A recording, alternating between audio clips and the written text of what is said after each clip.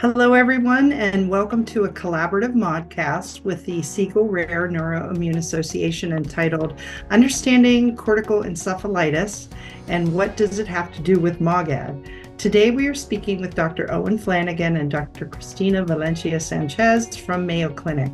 My name is Julia Lefelar, Executive Director and co-founder of the MOG Project, which is a US-based nonprofit organization devoted to raising awareness, advancing research, and providing support and advocacy for the MOGAD community in hopes of finding a cure.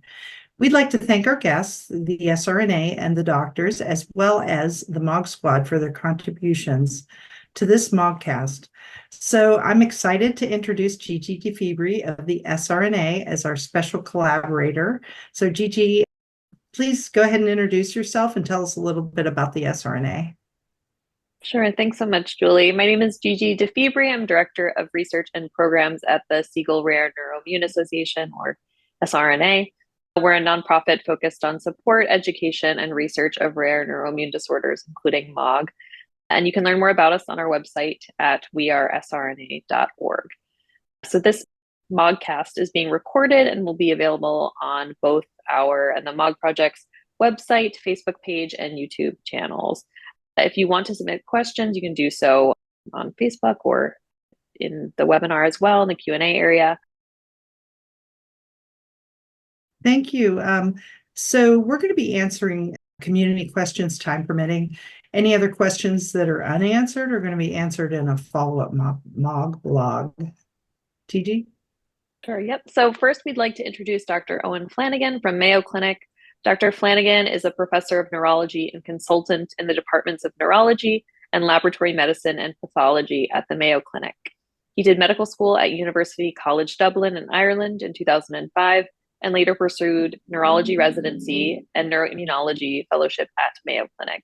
He received a master's degree in clinical and translational science at Mayo Clinic and is principal investigator on an NIH R01 grant studying the epidemiology, pathology, radiologic features, and outcome of MOGAD. His clinical expertise and research is focused on MOGAD, aquaporin 4 antibody-positive neuromyelitis optica spectrum disorder, and transverse myelitis. He directs teaching courses at the American Academy of Neurology on autoimmune encephalitis and myelitis. He works in the autoimmune and multiple sclerosis neurology clinics and the neuroimmunology laboratory at the Mayo Clinic. He also has an interest in paraneoplastic neurologic disorders, autoimmune encephalitis, and the epidemiology of MOGAD, NMOSD, and autoimmune encephalitis. Julie? Well, thank you. So I'm really excited to introduce Dr. Cristina Valencia Sanchez from Mayo Clinic. Dr. Sanchez is an assistant professor of neurology at Mayo Clinic in Arizona. So she's originally from Spain, where she received her medical degree. She completed her neurology residency and multiple sclerosis fellowship at Mayo Clinic, Arizona, followed by an autoimmune neurology fellowship at Mayo Clinic, Rochester. So Dr. Valencia Sanchez is a senior associate consultant at the Multiple Sclerosis and Autoimmune Neurology Division at Mayo Clinic, Arizona. Her clinical and research focus includes immune-mediated disorders that involve the central nervous system, such as MOG-IgG-associated disease, or MOGAD, neuromyelitis optica spectrum disorders, also known as NMOSD, multiple sclerosis, autoimmune encephalitis, and paraneoplastic neurological disorders. Dr. Valencia Sanchez is involved in ongoing clinical trials for autoimmune neurological conditions, including MOGAD. She's an editorial board member of the American Academy of Neurology magazine, Brain Life in Spanish. So, Gigi, why don't you start us off? Sure, thank you. So first of all, kind of the main question of all of this is, what is cerebral cortical encephalitis and what symptoms should patients look out for? Dr. Flanagan, do you mind taking this question? Sure, yeah. So cerebral cortical encephalitis is an interesting syndrome. It was first described by a Japanese group around 2017.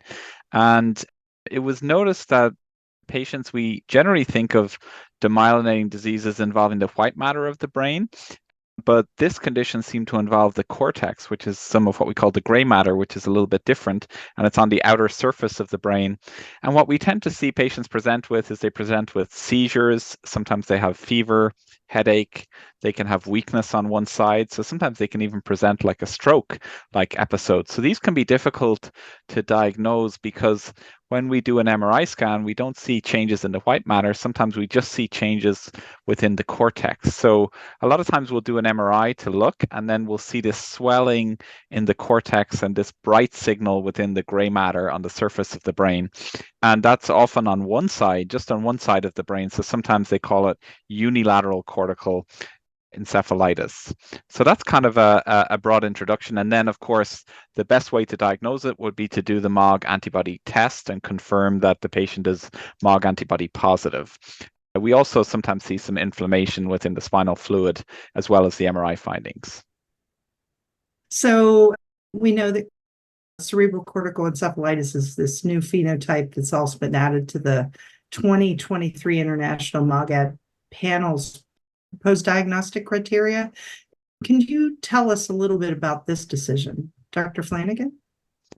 Yeah, sure. So the diagnostic criteria was really important to give MOG antibody-associated disease its own definition, that it's separate from MS and separate from neuromyelitis optica spectrum disorder. And it was also very important to have this category of disease because these patients sometimes people don't think about MOG antibody disease, and that can lead to a delay in diagnosis. And it's not until they have a second episode, maybe of optic neuritis, that the diagnosis is made. So having it written in stone in those diagnostic criteria is actually quite helpful, so that physicians who read that article, because that's a commonly read article for physicians who want to learn about MOGAD, that this is a syndrome that they need to look out for. Great, thank you. And so we've heard the term flames associated with cortical encephalitis. What does this mean, Dr. Valencia Sanchez? Yeah, so FLAMES is an acronym, and it stands for unilateral cortical flare hyperintense lesions in anti-MOG associated encephalitis with seizures. And this is a term that was proposed in 2019 by a Canadian group led by Dr. Adrian Boodram. And basically it's a term that tries to describe the clinical radiographic syndrome that we see with cerebral cortical encephalitis.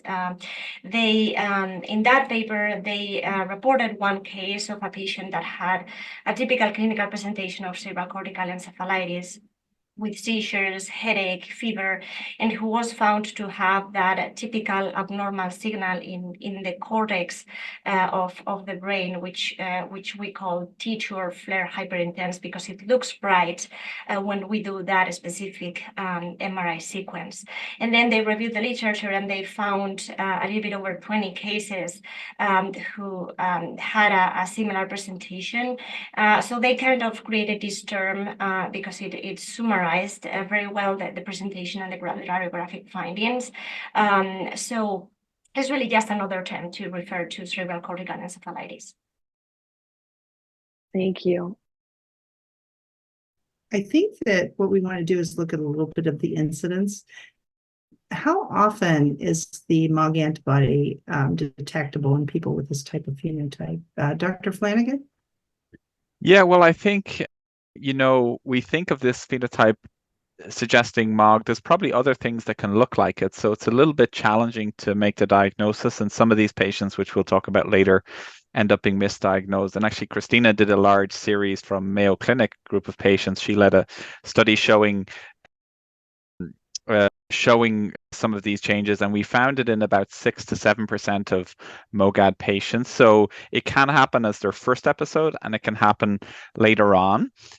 So we think that this is a less common syndrome than the typical optic neuritis or myelitis, but still something that needs to be recognized because it's quite characteristic for MOG. So I think the important thing for patients to remember is that sometimes they can have these symptoms, they can be one-sided, and if they have those symptoms, that can be a symptom of a MOGAD attack.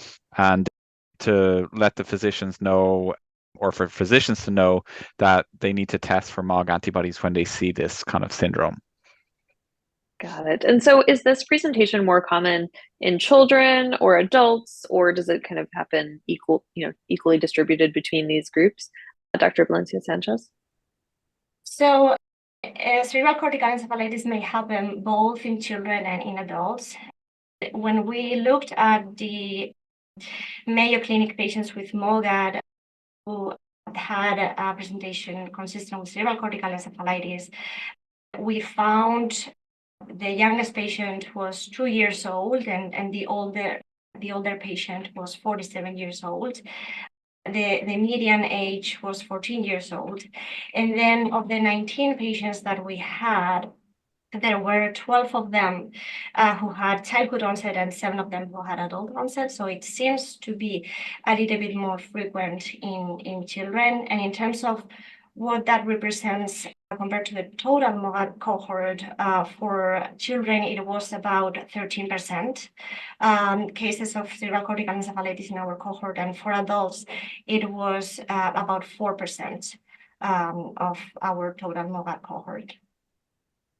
And maybe I could jump in just with one thing, just to say that these cerebral cortical encephalitis episodes, we sometimes think of MOG, or people say MOG is mild disease or recovery, but these patients can be really, really sick. And sometimes they're in hospital, they can be in the ICU, they can have what we call status epilepticus, which is just constant seizures. They may need ventilation, breathing tubes, they can have high intracranial pressure. So it's really important that doctors recognize these and know to treat them aggressively, because MOG antibody associated disease can recover quite well, but these patients can be really, really sick. So that's another thing just I thought to add too. That's really good information. So to the best of your knowledge, is this particular presentation more likely to be associated with the first CNS presentation, or is it more seen as a relapsing presentation?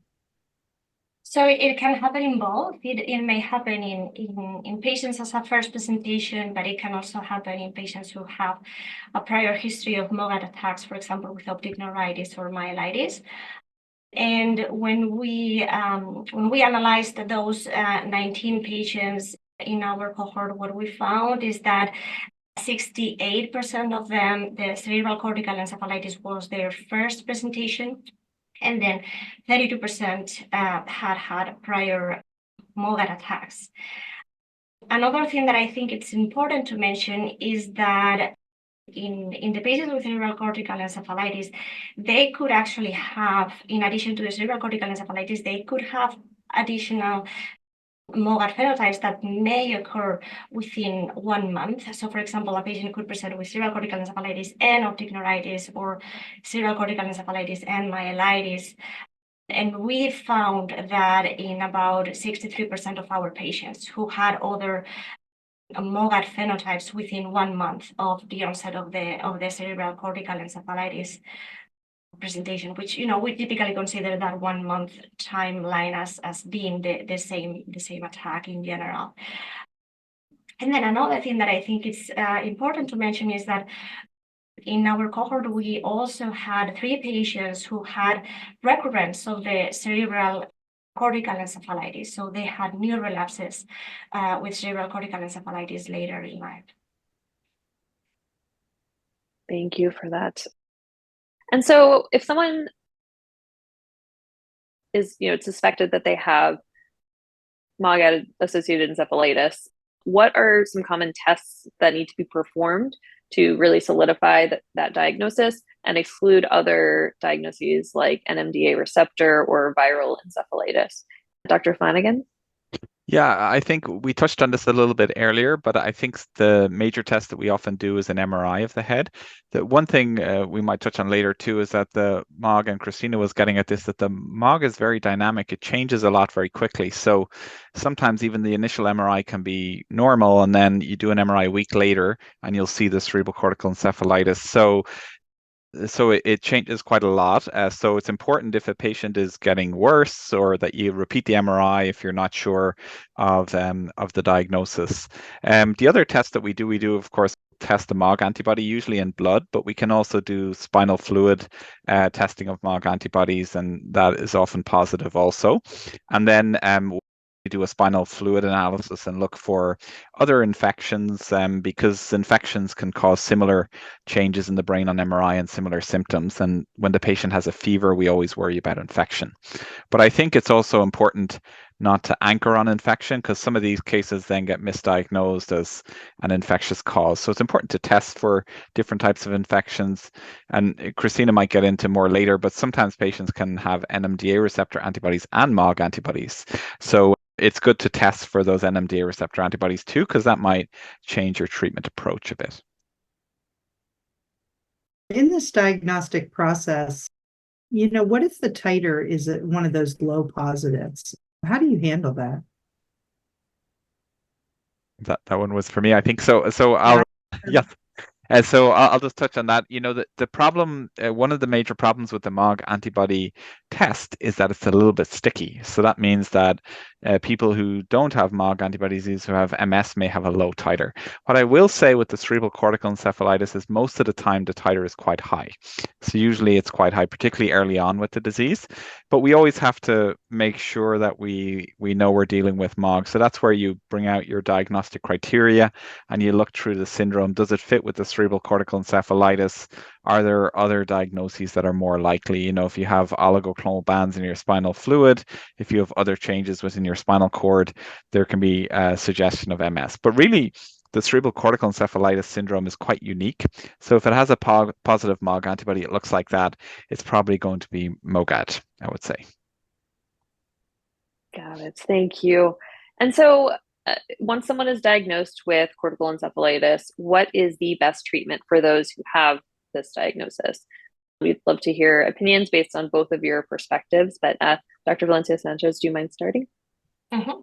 Yeah, so most of the diseases with cerebral cortical encephalitis that have been reported in the literature, and also what we saw in our patients, is that most of them had a good response to treatment with IV steroids. Most of them had a clinical improvement with the IV steroids, and also most of them had resolution of the abnormalities that we see in MRI after the treatment with the steroids. So that is always our first line therapy. We typically do 5 days of IV methylprednisolone, 1,000 milligrams daily. So that is the first line. In cases who have attacks that are refractory to the IV steroids, or who have a very severe presentation, other treatments to consider in the acute setting are plasma change and IVIG as well. And there have been some. Oh, go ahead, Julia. I was going to say, go ahead, Dr. Flanagan. Yeah, there have been some reports in patients who are really, really sick. Other treatments have been used. There's one called tocilizumab that targets an IL-6 treatment, or even some patients, with cerebral cortical encephalitis or other types of severe encephalitis, children can have really what we call fulminant or very, very severe presentations where the pressure goes up in the brain, and it can be really life-threatening.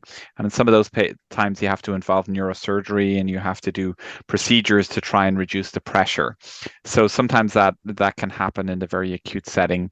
So that's another thing. And then I think the other thing to mention would be seizures are common. So we'll often treat seizures with anti-seizure medications in that situation. And then the patients often need a lot of supportive treatment. So they'll be in the hospital and need some rehabilitation after they recover, as they recover from the episode. Thank you. That's a great answer. So, this might be a loaded question, but we want to hear from both of you and just your opinion.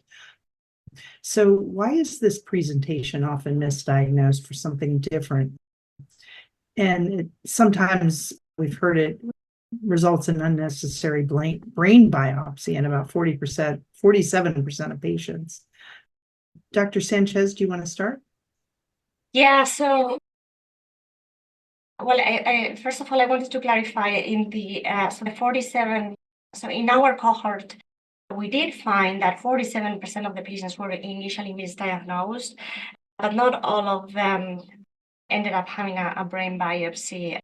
4 of the patients in our group, in our cohort, had a brain biopsy. And one of the reasons why this is often misdiagnosed is because it is one of the less recognized MOGAD phenotypes, although hopefully now that more and more cases are reported, we are increasing the awareness of this condition among clinicians. And the other thing is that the clinical presentation can resemble the clinical presentation of other conditions such as infectious meningitis or meningoencephalitis. So the most common misdiagnosis is actually an infectious encephalitis or a meningitis. So what we found is that most of our patients were actually initially treated with antibiotics, antivirals, because they were suspected to have an infection because they presented with headache, with fever. They were found to have elevated white blood cells in the spinal fluid. So the first thought was that it could be an infectious process. And, sometimes the abnormalities that we see in the MRI with cerebral cortical encephalitis may be subtle. So sometimes those abnormalities could be missed.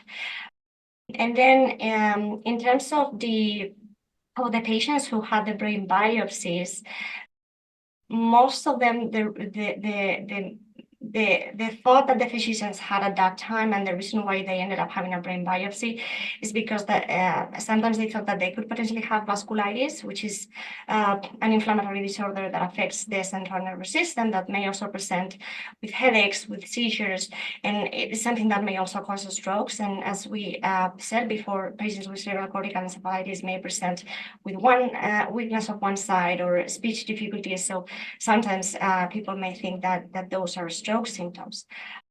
So those were the reasons why those patients ended up having a biopsy. So we really want to increase awareness of this MOGAD phenotype, because it's something, it's very easy to check MOGAD in the blood and avoid unnecessary testing and make sure that the patients get treatment with immunotherapy early to improve their outcomes and their prognosis.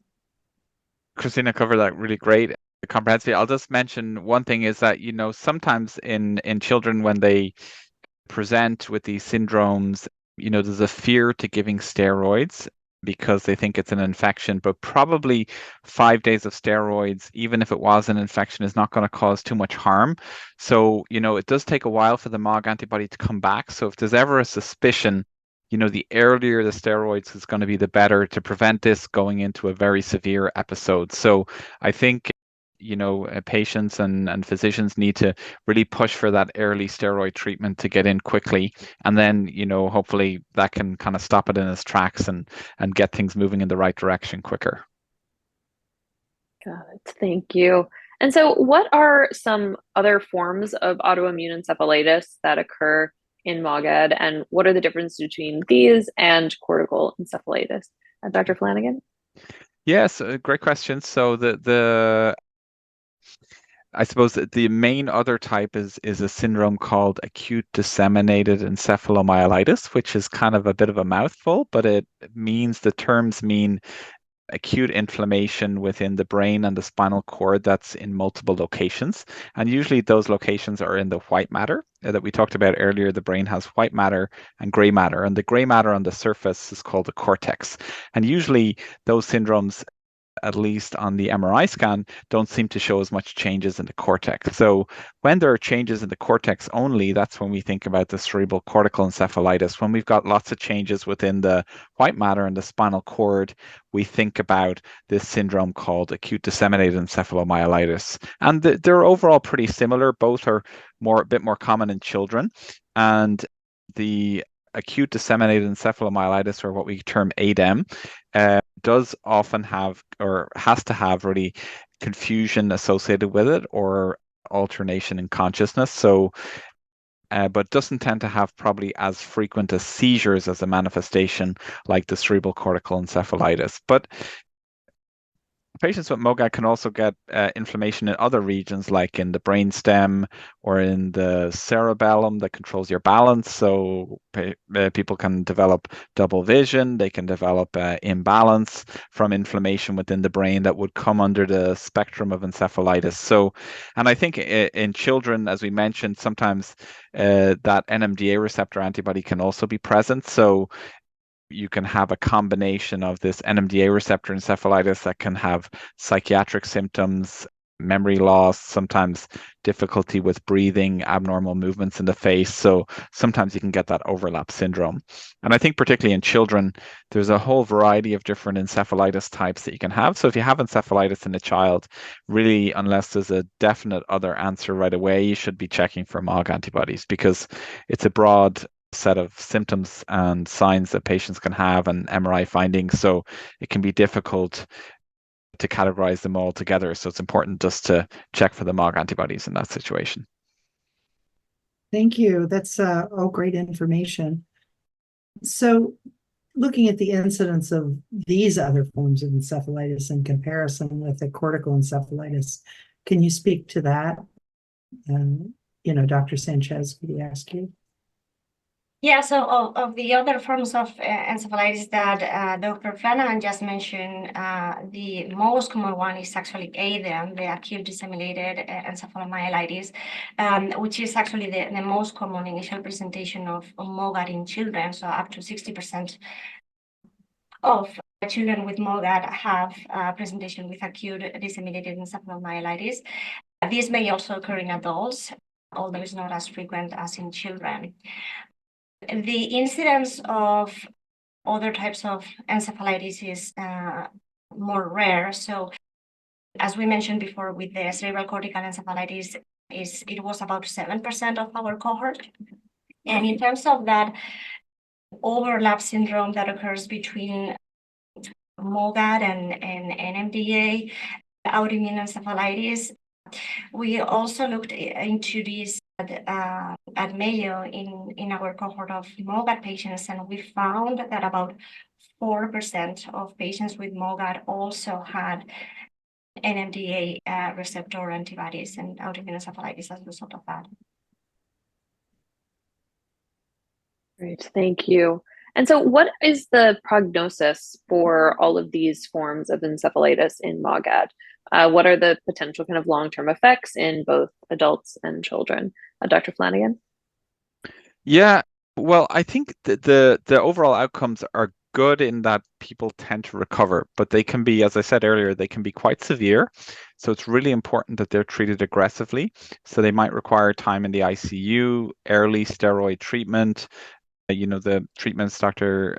Valencia Sanchez mentioned earlier, plasma exchange, IVIG, potentially this tocilizumab involving neurosurgery if it gets very severe, or increased pressure within the brain. So, but actually then afterwards, patients tend to recover. And one thing we've recognized is that clinically, patients tend to make a good recovery. It may take many weeks or months, but then they can recover back. But of course, then they can be at risk of developing further episodes down the line, but they do tend to make a good recovery. And one of the things with MOG antibody associated disease also is that the lesions in the brain tend to resolve. So it's a bit different to multiple sclerosis, which means multiple scars, where MS, the lesions always leave a scar. With MOGAD, the lesions tend to resolve, but they can leave some long-lasting damage. And I think we need to delve into a bit deeper about some of the cognitive testing and things like that, because there are probably some sequelae after these episodes and some damage that maybe we can't measure in looking at people, but patients will tell us that they struggle with day-to-day activities. They may have difficulties with attention and other aspects, fatigue. So there can be some long-lasting symptoms, even though patients tend to recover well. They get out of the hospital, they can walk, they can see, but they may have some cognitive issues and ongoing symptoms after that. Thank you. Anything to add, Dr. Valencia Sanchez? So I completely agree with what that Dr. Flanagan said, and I think that I think it's important to do more research in particularly in the cognitive long-term residual symptoms for patients with MOGAD, because some of the measures that we typically use rely very heavily on what is the motor function, what is the vision, but we don't have as much data in terms of cognitive impairment in the long term. So I think that is an area that would definitely be good to do some more research in.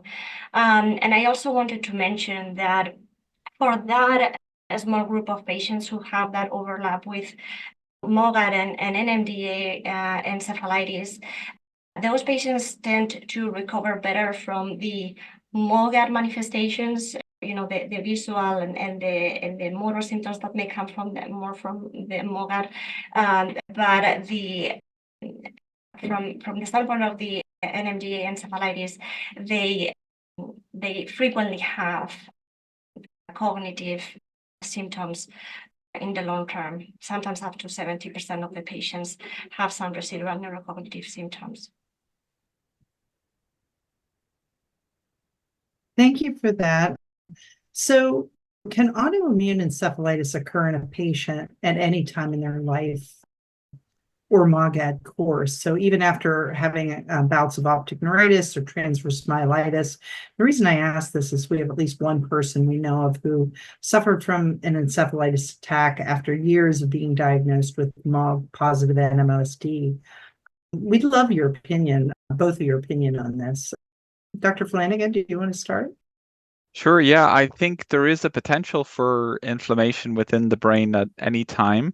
What I'll say is that the most common type of relapse is still the optic neuritis, so that's the one we look out for most, and maybe spinal cord next. But the brain inflammation can occur at other times, so we have to always be mindful of that. And if some patients can have many years between attacks, so they can go 10 years without attacks, and then suddenly they can get inflammation. And we don't really have a good understanding of, one, why does it happen in certain locations, and one, why does it come at this time rather than a year earlier or 5 years subsequent? So it's a little bit difficult for us to predict, but I think we know the areas that the MOG affects, and it affects the central nervous system, the optic nerve, the brain, and the spinal cord. So they're the areas we need to focus on. And if a patient has any symptoms in any of those regions, we should take it very seriously and look at that. And as I said, sometimes there can be some confusion because of that delay in the imaging, because MOG changes a lot, and sometimes the initial imaging doesn't show very much or doesn't show it, and then in follow-up you repeat the imaging and you see 10 new lesions. So it's always important, if you're not seeing something right away, to reassess within a few weeks and maybe repeat the MRI, and then you may see the changes become more obvious later on. That's a really good point. I think that didn't happen in some one person's case. So, surely a lesson learned for all physicians who are looking at this. And Dr. Sanchez, I'd love to have you follow up and get your opinion on that. Yeah, so I agree. I think there is potential for an encephalitis to occur at any time, and we did in this group of patients with cerebral cortical encephalitis that we studied. Some of them had prior attacks of optic neuritis or myelitis or ADEM years before they were diagnosed with cerebral cortical encephalitis. So yeah, that is something that could potentially occur. Thank you. And to follow up, is that something, I guess it sounds like it's something that needs further study, correct? And, how can the MOGAD community help in that manner? Dr. Sanchez, I'll start with you. Yeah, so I do think that we are still learning a lot about MOGAD. And, there is so much research going on. So yes, I agree that it would be good to have more long-term data, patients who have had the disease for years, and to see what happens with the relapses. When do they have relapses? Right now, for example, we don't have a good guideline as to how long to keep patients on preventive therapy. How do we predict whether, if we stop the therapy, whether they are going to have any relapses years later? So yes, those are definitely things that we need to work on. And I can make a quick comment just to say, we're so lucky that the MOGAD patients out there, many of them, they come, and every patient we see, we learn from, right? So each different patient we see, we learn something from, and some of those patients sign up to be involved in research, and that can really help us learn more about the disease. We're looking at different types of biomarkers, different tests in blood, different types of MRI sequences. So every patient that we see tells us a story, and then we use that information to try and learn more about the disease, because we're in the early stages of MOGAD. It was only really first discovered in 2007. The test became available in the USA maybe in 2017 or so. So really, this is a new disease. So we're learning every day, and we really appreciate all the patients who are willing to participate, who come to see us, and we learn so much from them every day. So all the stories that we tell, and Cristina's excellent article on the cerebral cortical encephalitis, came from those patients telling us their stories and us being able to look at their information. Yeah, well, so many are happy to do that. And, we're just thrilled that we can work closely to bridge that gap between patients and, places like the Mayo Clinic, who do just such great research. Thank you, Dr. Flanagan and Dr. Sanchez. So we have this community question, and I'll try to see if I can read it. So person writes in and they said, our daughter was originally diagnosed as ADEM with her first MOG episode, but her doctor recently said that it was more likely cerebral cortical encephalitis. Is there any long-term impact differences we need to be concerned about, or differences in future relapses? She is currently receiving IVIG every 4 weeks. And I know you touched on this a little bit, but I wondered if you could, address this. And I guess, Dr. Sanchez, do you want to start? Sure. So I would say that when we looked into our patients with cerebral cortical encephalitis, we actually found that some of them also had lesions in other areas of the brain, and actually that these lesions looked like the typical lesions that we see with ADEM. But then in addition to that, they also had the abnormalities in the cortex that we see with cerebral cortical encephalitis. So I can see how perhaps that this particular patient, there was that change in the diagnosis. But in terms of the long term, so as we discussed before, usually after the acute treatment with the steroids, a lot of the patients get better.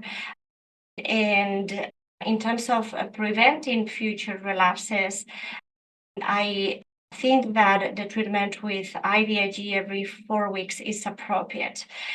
There are different therapies that have been tried as preventive treatments for MOGAD, but there was a study that was led by Dr. Chen at the Mayo in Rochester that showed that IVIG seems to be associated with the less chances of having relapses. So I do think that that would be a good treatment. And then I might make a quick comment on just to mention, not specific to this case, but for people out there who may have a new diagnosis of MOGAD and have had 2 or more attacks, there are clinical trials now. I know Julie mentioned that their Mayo Clinic is involved in the many centers in the USA and around the world. So if you do have MOGAD, you develop that second attack, you've not been on any treatment, do consider being involved in the trials, because that's the only way we can prove a medication works. So at the moment, we have no proven medication. We think that IVIG and some of these treatments work well. We have to do our best with what evidence we have available, but it's really important that we can complete these clinical trials to really find some proven treatments, and they involve kind of some people going in the placebo arm, and there's a way that we can really prove it scientifically so that we can get FDA-approved medications for patients. So I think we're hopeful that we can enroll patients in these trials and really bring successful treatments for patients that can be FDA-approved, because many times we struggle with insurance getting these medications approved for patients, and it's a real challenge. So if we can fill up these trials and really prove a medication works, that will be really helpful for all of the people with MOGAD out there. And so earlier we talked about how in cortical encephalitis, the gray matter is affected. Is there kind of any theorized reason why that might be the case in this particular presentation, or Are we still kind of learning about that? Dr. Flanagan? Yeah, I can have a go at that. Yeah, it's a hard question. I don't think we fully know. There's other parts of the brain that have gray matter that are deeper in the brain, called the deep gray matter, something called the thalamus and the basal ganglia, and they also tend to be involved with MOGAD. And there is the myelin is the kind of the insulation in the nerves, and there is insulation. That insulation is also in the gray matter. It's mostly in the white matter, but it's also in the gray matter. There are some people that have a suggestion that maybe it's an outside-in process. So maybe you get inflammation along what we call the covering of the brain, called the meninges, which is the outer covering of the brain, and that spreads to the cortex, and maybe there's something coming from outside in. But I don't think we really fully know. And then, some patients have ADEM, then they have cortical encephalitis, some have both. So it's very much a spectrum, and it's complicated. So it's difficult for us to be sure of the exact reasons. Anything to add, Dr. Valencia Sanchez? No, I agree with Dr. Flanagan.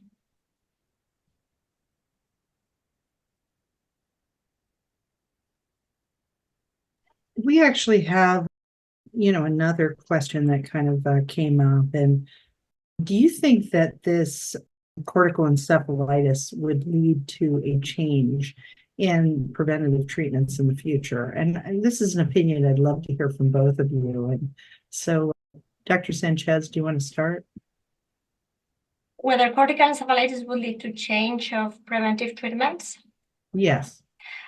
So, I do think that really the treatment for cerebral cortical encephalitis is the same that we would do for other MOGAD attacks both in the acute setting as a preventive, because it's really, as we were saying, a spectrum of manifestations that we see in patients with MOGAD, and we still do not know why patients may present with one or other phenotype.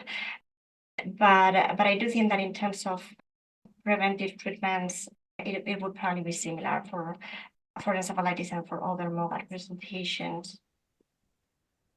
I agree completely with Cristina. Yeah. Thank you. All right. And so we actually just got a question that says, how important is the distinction between ADEM and cortical encephalitis from a treatment point of view? Dr. Valencia Sanchez? Yes, I think so similar to what we just discussed. I do think that from a treatment standpoint, regardless of the phenotype that the patients present with, we're always going to do the steroids. If refractory, we are going to do the plasma change, IVIG, consider tocilizumab in those kind of more fulminant cases. And then, the symptomatic management, perhaps one of the things is that cortical encephalitis tends to present with more seizures. So these are patients who will likely also need anti-seizure treatment. And then if there are any signs of increased intracranial pressure, when there is a lot of inflammation in the brain, then, measures to treat that as well. Got it. Thank you. And so, Dr. Flanagan, can you tell us a little bit about the recent study on diagnostic utility of MOG antibody testing in cerebrospinal fluid? Yeah, sure. Yeah. This is an interesting area and a kind of hot topic at the moment. So most of the time when we test patients for the MOG antibody, we do it with their blood. So it's easier to do a blood test than to do a lumbar puncture or spinal tap. But there are certain scenarios where, if the syndrome, the way the patient is presenting looks very like MOG and the blood test is negative for whatever reason, and sometimes if they've had some preceding treatment that could affect it, then we can look at the spinal fluid, and sometimes we can find patients who only have the antibody in the spinal fluid. We have to be careful because, like I said earlier, the MOG antibody is a little bit sticky, so we have to always be careful. But also in some patients, it can be useful if the MOG antibody is low in the blood. If you find it in the spinal fluid also, it makes it more likely it's relevant and it's not a false positive. So So there are some uses for the spinal fluid. It's probably not quite as useful as the blood for the testing of MOG, but it looks like overall that it might be a reasonably good test.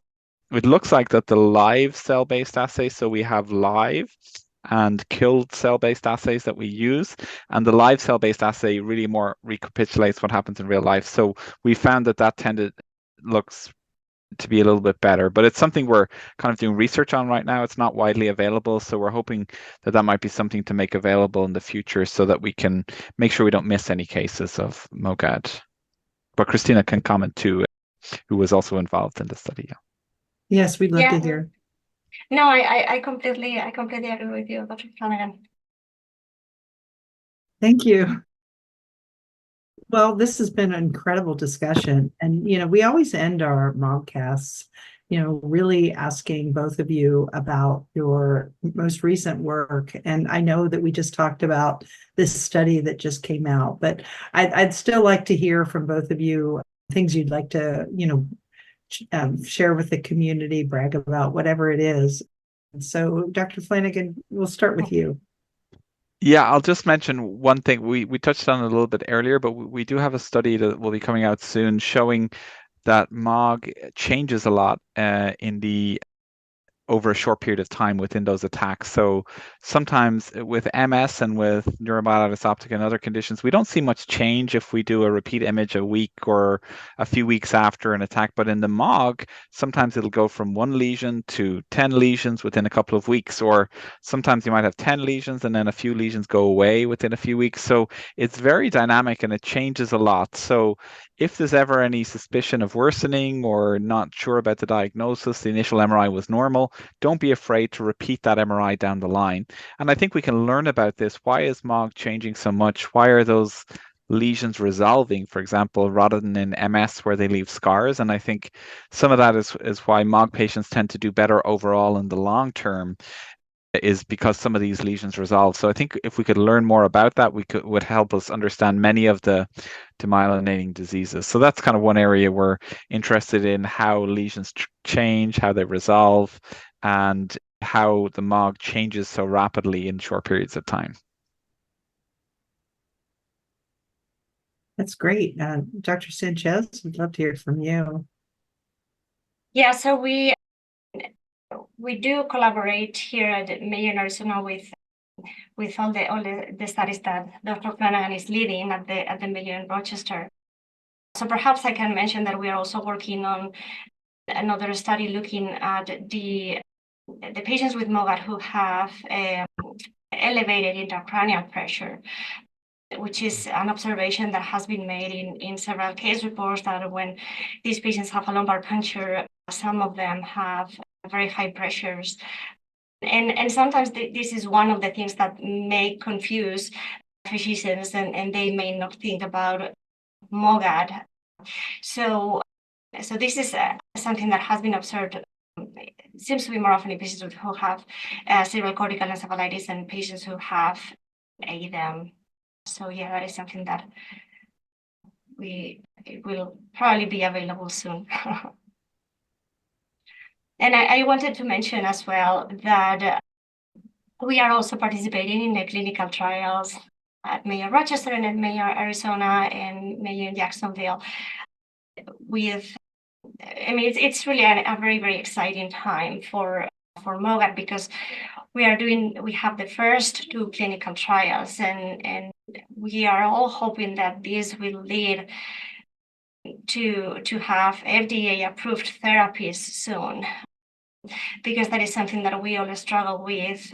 Sometimes it's hard to get treatments for our patients, particularly for the preventive treatments when there is nothing FDA approved. That is something that insurances like to use to deny treatments. So I think that is really, really, really important, the work on the clinical trials, and we are actively including patients for the COSMOG trial, which is with an agent that is called Rituximab, which works similarly to IVIG. And then there's another trial that is called Meteoroid with an agent called Satralizumab, which is actually a medication that is currently approved to treat neuromyelitis optica with aquaporin for antibodies. So this study, this clinical trial will determine whether this is something that we could also use for MOGAD. Great, And thank you. oh, sorry ahead. to interrupt. I'll just echo Cristina's or Dr. Valencia Sanchez's thoughts there too. I think there's a lot of hope out there for our MOG patients.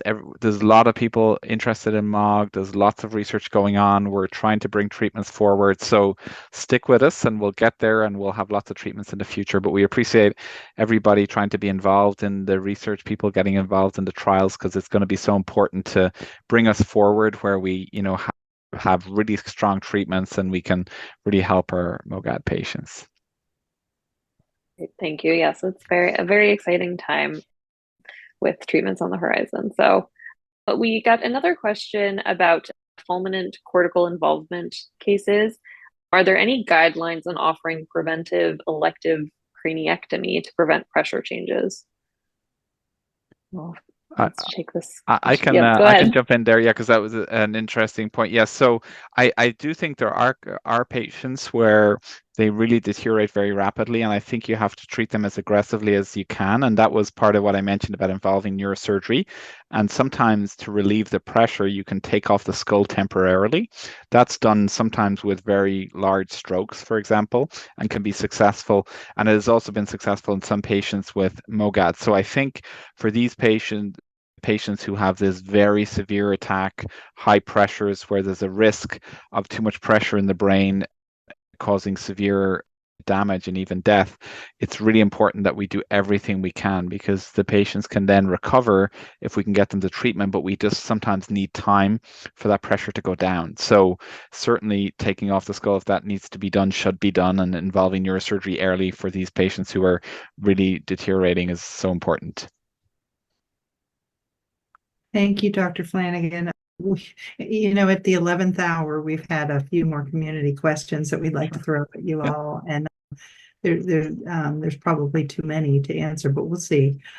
So one is that one person asks, my daughter is on Rituximab for about 2 years and has been off it now for over a year, yet her IgGs continue to decline.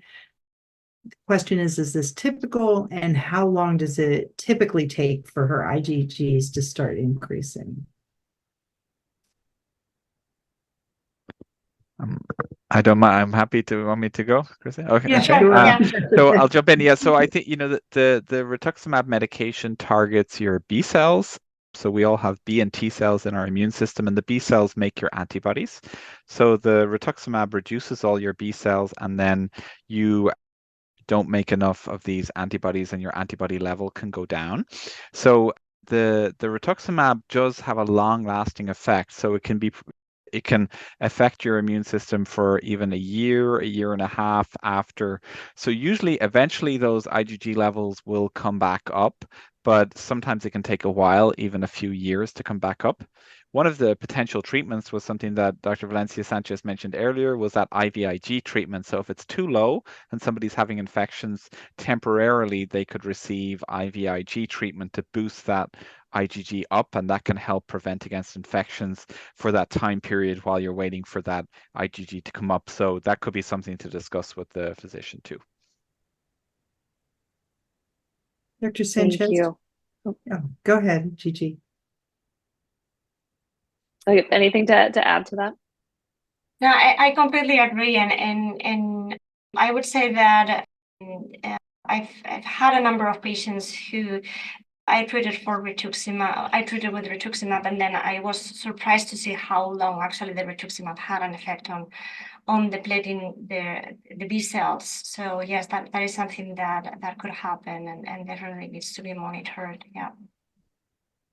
Got it. And then we got asked another question about if there is anxiety attacks and mood swings in ADEM.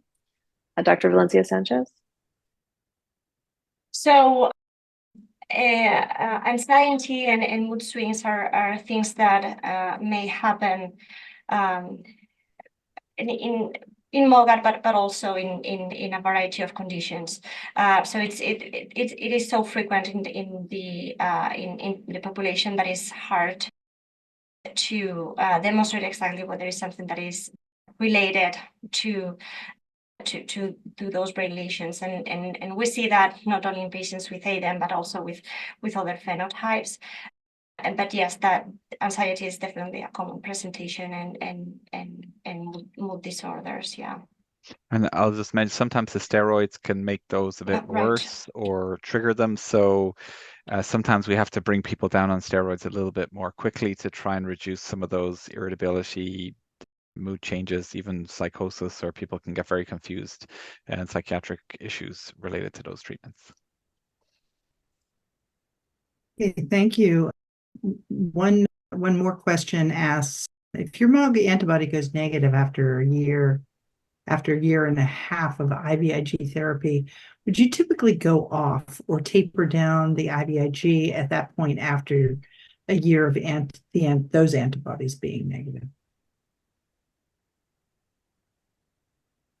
Dr. Flanagan, would you? Yeah, I can comment on that. Yeah, so yes, what we know is that the MOG antibody is highest when you first have your episode, and some people it will go negative. I think we mostly base our decisions based on how the clinical situation has been. So, because some people, even after the antibody goes negative, it might just be just below the cutoff and still they can have attacks. So we more base our decisions around how they're doing clinically, how many attacks they have had. But the people who do go negative tend to have a lower risk of future relapse, but not zero. So sometimes the antibody will come back up a little bit over the threshold and they can have relapses, or even sometimes they can have relapses when it's negative. So we tend to base it more on how many clinical attacks they've had and how they have been over time. Thank you. Dr. Sanchez, do you concur? Is there anything you want to add? I do. I completely agree, and I think that is another area for research, trying to find other biomarkers that help us a little bit better to predict what is the risk for relapses, given that the antibody titers may help us a little bit, but they are not completely accurate. So in the sense that, patients who are positive could be relapse-free and patients who are negative could have relapses. So it would be good to actually to have other biomarkers that help us a little bit more to make those decisions. Thank you. And we have one last question, which is there a cure in sight for ADEM? Dr. Valencia Sanchez? I do not think that we have a cure in sight right now, but I do think that we do have a lot of research going on a lot of treatments that seem to be very, very promising, so that at least, we could treat things early, improve the prognosis, and hopefully put the patients on preventive treatments that will avoid relapses in the future. Yeah. Dr. Flanagan, do you have anything to say with that, or? Well, I agree completely with Dr. Valencia Sanchez. We're always looking for a cure. I think some of these medications, we're hopeful will really bring us to being able to manage the disease very well and prevent future attacks. So we're very hopeful again for the future. Yeah. Well, thank you for that. And, it's been a great hour with you too. And lots of questions. It is a hot topic. And, we're very thankful for your time. So again, we'd like to thank the both of you and your commitment, especially to the MOGAD community. So everybody, please look out for our follow-up MOG blog, and any questions that maybe people add after this, we will put that in the MOG blog, but mostly we'll be talking about the impressions from the MOGcast today. So thanks, everybody. It's great discussion, and everybody have a great rest of the afternoon. And thanks, Julia. Thank you so much. GG to the SRNA and the MOG project for such great advocacy, and this MOG Awareness Month has been really great to shed a light on the disease. So thanks so much. Yeah. Oh, thank you. Thank you both. Thank you so much. Bye. Thank you. Take care, everybody.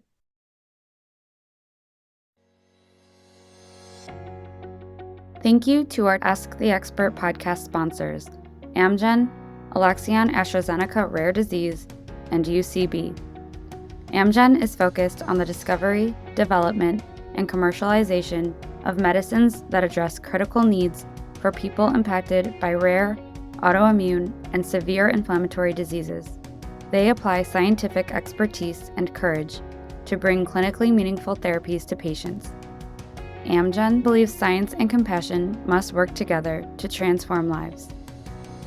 Alexion AstraZeneca Rare Disease is a global biopharmaceutical company focused on serving patients with severe and rare disorders through the innovation, development, and commercialization of life-transforming therapeutic products. Their goal is to deliver medical breakthroughs where none currently exist, and they are committed to ensuring that patient perspective and community engagement is always at the forefront of their work.